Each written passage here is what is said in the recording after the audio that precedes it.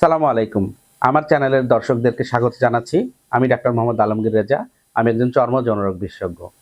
আমরা আমাদের চ্যানেলে অনেকগুলো ভিডিও করেছি ছোঁয়াচে দুটি রোগ নিয়ে। একটা হলো খোসপাসরা বা স্ক্যাবিস, আর একটা হলো দাঁত রোগ বা টিনিয়া।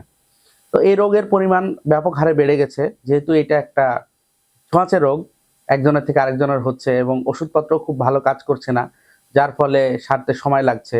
ওর মধ্যে আরো অনেকেই আক্রান্ত হচ্ছে। তো এই রোগ নিয়ে যারা আসছেন তাদের প্রথম প্রশ্ন যেটা আমাদের কাছে হয় সেটা হচ্ছে যে, স্যার, করোনা ভ্যাকসিন নেওয়ার কারণে কি আমার রোগটা বেড়ে গেছে? আচ্ছা। তো আমরা প্রায় সময়ই বলতাম যে আসলে এইটার কোনো বৈজ্ঞানিক কোনো ডাটা নাই। যদিও বা এটা মানুষের মুখে মুখে কথা প্রচলিত হয়েছে, কিন্তু আসলে কোনো ডাটা ছিল না। তো আমরা আজকে এই বিষয়টা নিয়ে মূলত আলোচনা করব যে করোনা ভ্যাকসিনের কারণে এইসব রোগ বেড়েছে কিনা। আচ্ছা, প্রথমত আপনাকে চিন্তা করতে হবে যে করোনা ভাইরাসটা হচ্ছে একটা হচ্ছে যে রেসপিরেটরি ট্র্যাক্টের ভাইরাস। অর্থাৎ আহ, এটা শ্বাসনালী দিয়ে এটার মূল আক্রমণ হয়।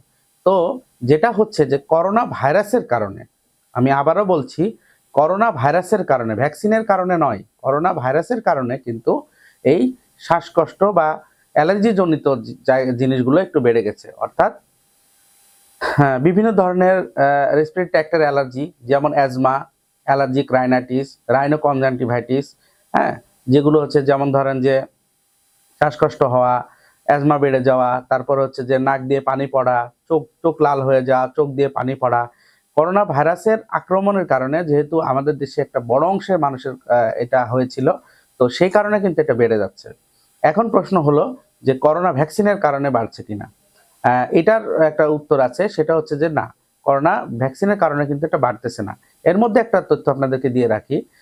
মহিলাদের ক্ষেত্রে বিশেষ করে যারা আক্রান্ত হয়েছিল তাদের মধ্যে প্রায় 82% ক্ষেত্রেই কিন্তু এই যে এই ধরনের এই অ্যালার্জির সিমটমগুলো প্রকাশ পাচ্ছে।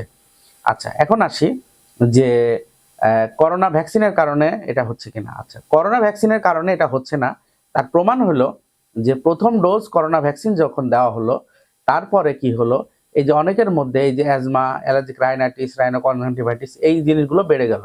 এটা মূলত 42% লোকের মধ্যে এটা বেড়ে গেল। সেকেন্ড ডোজ যখন দেওয়া হলো তখন দেখা গেল যে কমে এই সংখ্যাটা 20%, অর্থাৎ 20%-এর মধ্যে চলে আসছে। তার মানে প্রথমের দিকে একটু বাড়লেও কিন্তু আস্তে আস্তে এটা কমে আসছে। এবং সেটা কোন ধরনের অ্যালার্জির ক্ষেত্রে? এটা কিন্তু হচ্ছে যে শ্বাসতন্ত্রের অ্যালার্জির ক্ষেত্রে এই কথাটা আমরা বলছি।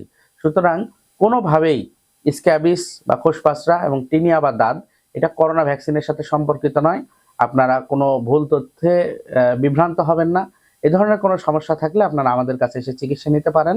Doctor Alamgir Reza skin and sex research সেন্টারে এই চিকিৎসায় আপনাকে স্বাগতম। তো আজকে এই পর্যন্তই। ধন্যবাদ সবাইকে। সালামু আলাইকুম।